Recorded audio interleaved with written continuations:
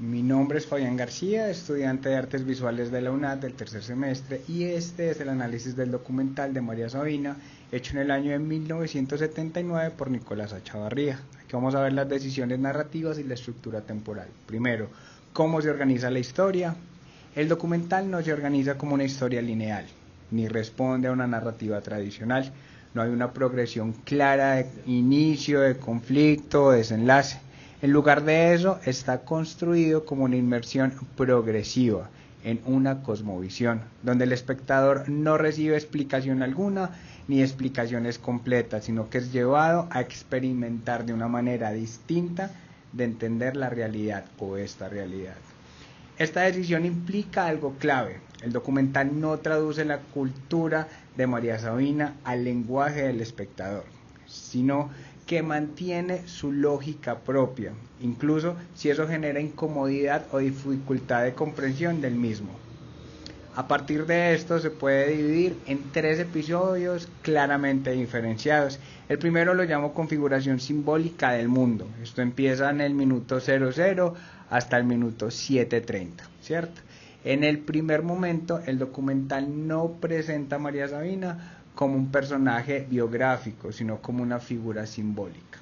Esto evidencia que en el minuto 2:01 hasta el 2:17 más o menos, cuando ella se nombra como mujer luna, mujer constelación y mujer tierra, entre otros. Este tipo de enunciación no funciona como una metáfora, sino que es una afirmación de identidad expandida. Así que se plantea una cosmovisión donde el ser humano no está separado ni de la naturaleza ni del universo. Sin embargo, esta dimensión simbólica se ve tensionada en el minuto 7:23, del 7:15 al 7:23, cuando habla del hambre y del frío. Es un contraste que introduce una idea fundamental, donde la espiritualidad no está separada de la precariedad material, sino que coexiste con ella. Y hay un fragmento que ella dice: mi hermana Mariana y yo fuimos las 2 únicas hijas de nuestros padres. Sufrimos mucho porque no teníamos nada, solo hambre, solo frío. Creo que nuestra voluntad por vivir era mucho más grande que cualquier hombre. En el episodio 2, el ritual como experiencia. Esto va del minuto 7:30 al minuto 42:30 aproximadamente. Este bloque constituye el núcleo del documental. Aquí se desarrolla el sistema de creencias en torno a los niños santos, que son los hongos. En los minutos 14:55, 22:20 y 22:30, María Sabina los describe como guías y maestros, mientras que en el minuto 16:04 los define como la sangre de Cristo. Esto indica que no son objetos simbólicos, sino que son identidades activas dentro de su cosmovisión. Además, la insistencia en la pureza en el minuto 16 al 18 muestra que el cuerpo es entendido como un canal espiritual. La abstinencia no es moral, sino funcional, y esto permite sostener la experiencia del ritual.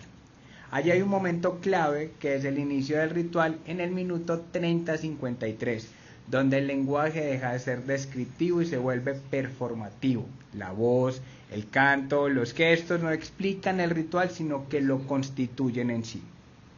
El episodio 3 lo llamo cuerpo y violencia. Habla del 42:30 minutos a la hora 17 y la hora 17:26. Allí, en este último bloque aparece una ruptura fundamental. En el minuto 1 hora 17, María Sabina relata que recibió disparos, que menciona también que hubo agresiones y la quema de su casa por parte de su familia. Este momento reconfigura toda la lectura anterior porque introduce el cuerpo como una especie de vulnerabilidad. El mismo cuerpo que funciona como canal espiritual también es un cuerpo expuesto a la violencia, que no es ajena a ella. Esto evidencia una contradicción central. El conocimiento espiritual no protege del contexto social. En el momento 2, el segundo momento clave del documental, lo llamo autoidentificación cósmica, que va del minuto 2:1 al minuto 2:18. En este fragmento María Sabina se nombra como mujer luna, mujer constelación, mujer tierra. Esto es un momento clave porque establece el marco conceptual del documental. No se trata de una identidad individual, sino de una integración con el universo. Esto define como tal el relato y rompe la lógica occidental del sujeto aislado. En el momento 2, la definición de los niños santos, que va del minuto 14:55 al 16:04, aquí se configura el ejemplo simbólico del documental. ¿Por qué? Los hongos son descritos como guías, maestros y como una manifestación de lo divino. Este es el momento fundamental porque transforma la relación con la naturaleza y deja de ser objeto y se convierte en un sujeto activo dentro del mismo proceso de conocimiento y del ritual. Vamos al momento 3, donde hay un relato que se llama relato de violencia, lo llamo así, en la hora 1:17 a la 1:17:26. Este fragmento introduce la ruptura narrativa y simbólica. La violencia sufrida por María Sabina destabiliza cualquier lectura idealizada. Aquí se evidencia que la espiritualidad no está separada de la realidad social, sino profundamente atravesada por ella, como la pobreza. En la parte 3, la representación es humana y cultural, donde vemos las 3 diferentes figuras. Empezamos con la de María Sabina, donde María Sabina no se presenta como un personaje tradicional, sino como una mediadora entre lo humano y lo espiritual. Su figura revela cosmovisión, donde el cuerpo y la naturaleza y lo divino están interconectados, además de su experiencia de la violencia, que este conocimiento no la sitúa fuera de la realidad social y el contexto que se vivía, por lo menos en ese año. La figura 2 es la comunidad, es el ejemplo. Allí tenemos a María Roberta en el minuto 25:18, donde la comunidad no aparece como un fondo narrativo, sino como una parte activa del ritual. Esto revela una dimensión colectiva del conocimiento, donde la experiencia espiritual no es individual, sino que es compartida. Y la figura 3 que tenemos son los niños santos, del minuto 14:55 al minuto 16:04.